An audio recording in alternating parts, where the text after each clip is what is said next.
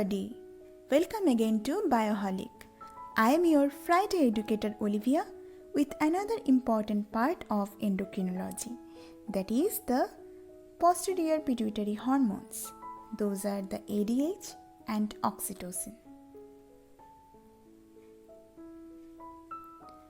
I have already told you that from our posterior lobe of pituitary, two hormones are secreted. Those are the oxytocin and ADH or vasopressin. Though they are secreted from posterior pituitary, but actually they are synthesized or produced in the hypothalamus by the supraoptic and paraventricular nucleus. And after their secretion, they are traveled to and stored in the posterior pituitary, and upon stimulation of the cell bodies, the hormones are released from the axonal terminals at neurohypophysis.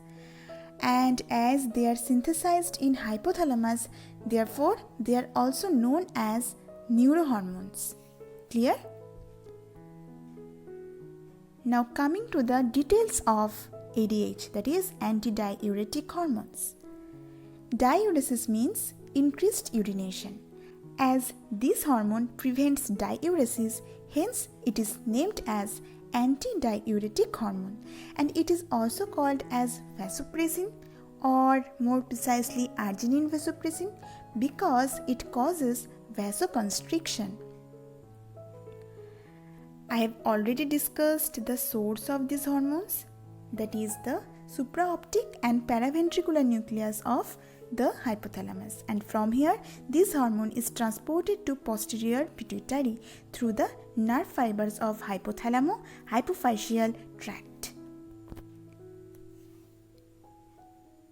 Chemically, antidiuretic hormone is a polypeptide with 9 amino acids. Half-life of ADH is about 16 to 20 minutes, and after that it is rapidly inactivated by the liver and kidney. Vasopressin acts through specific receptors known as vasopressin receptors. Those receptors are of many types. The V1A receptor is involved in the vasoconstriction, whereas V1B receptors are involved in the action of ADH on the anterior pituitary to secrete adrenocorticotropic hormone. And the V2 receptors are involved in the action of ADH on kidneys. So the main functions of ADH are the constriction of arterioles and to increase the reabsorption of water in the kidneys. Clear? By increasing water reabsorption, ADH regulates our body water balance by decreasing the free water excretion.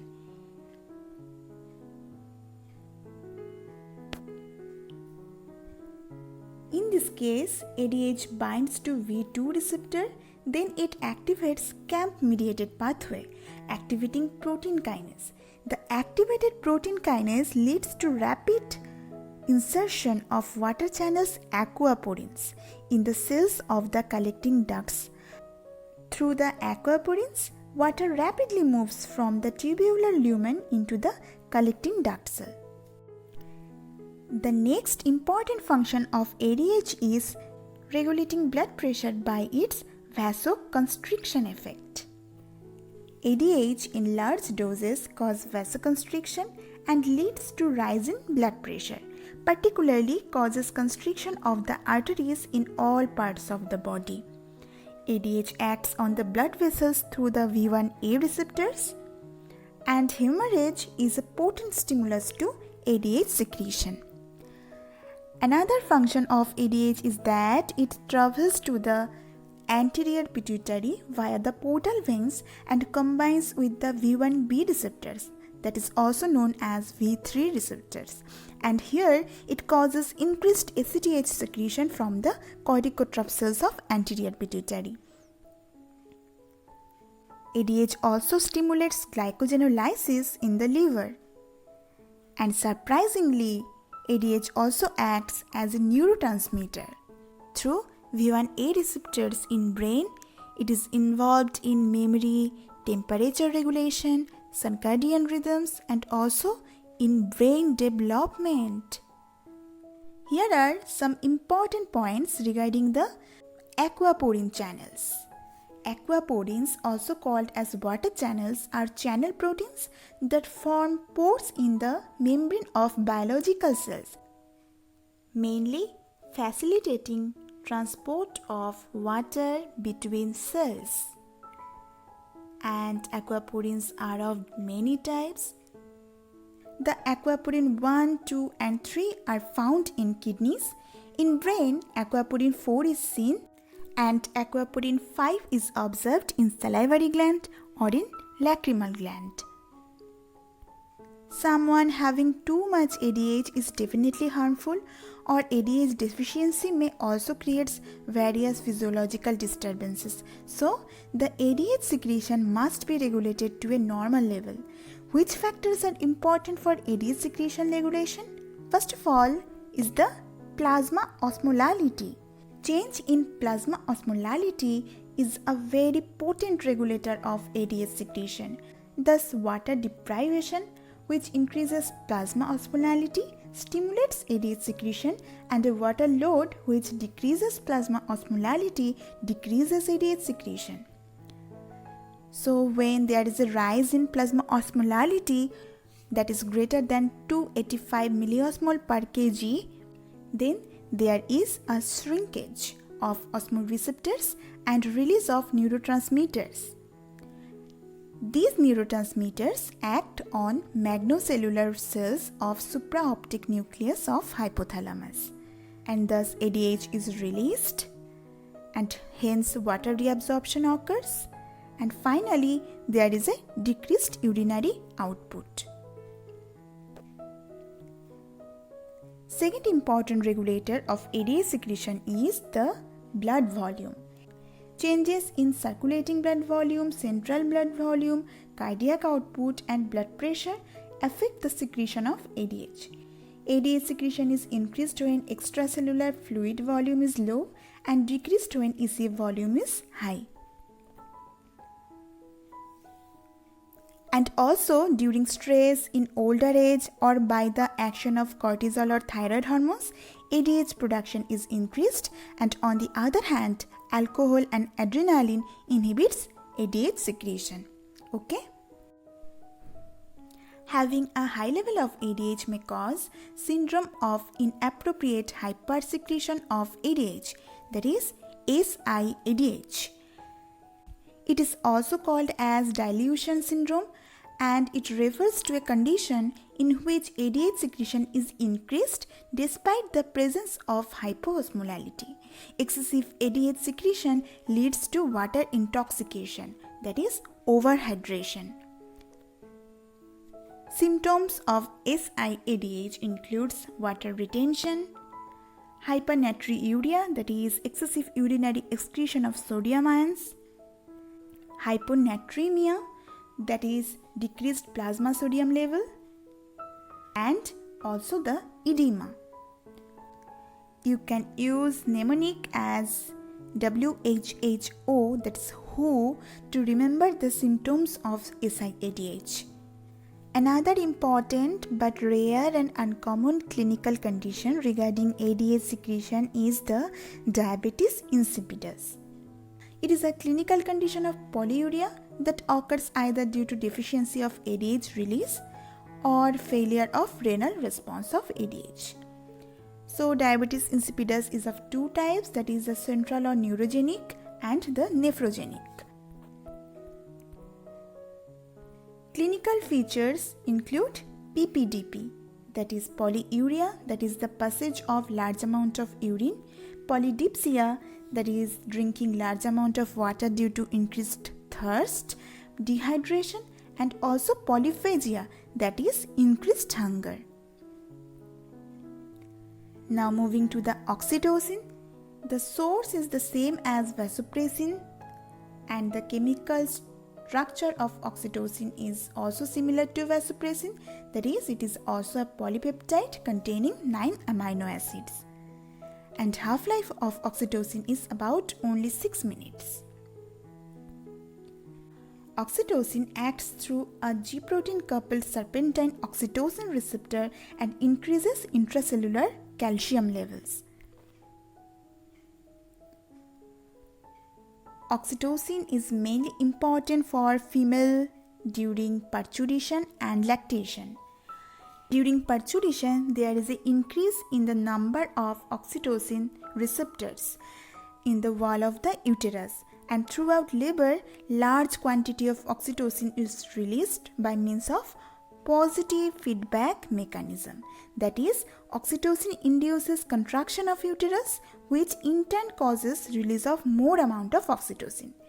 So, oxytocin causes contraction of uterine smooth muscles, thus plays an important role during labor.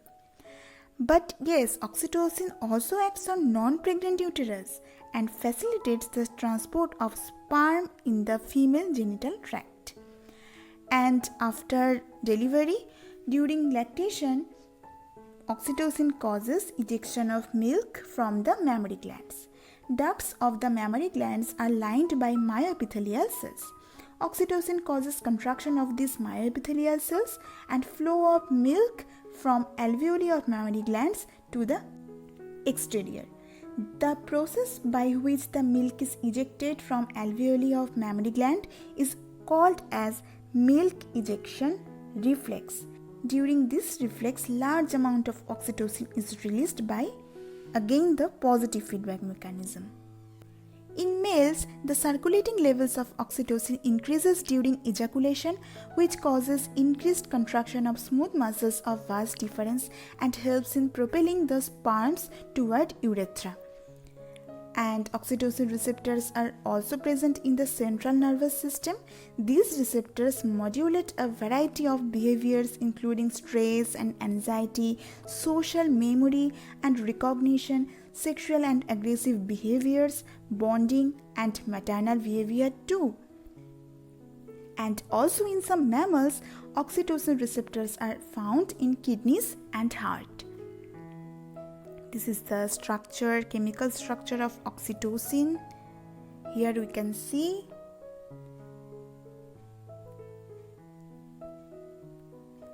the 9 amino acids.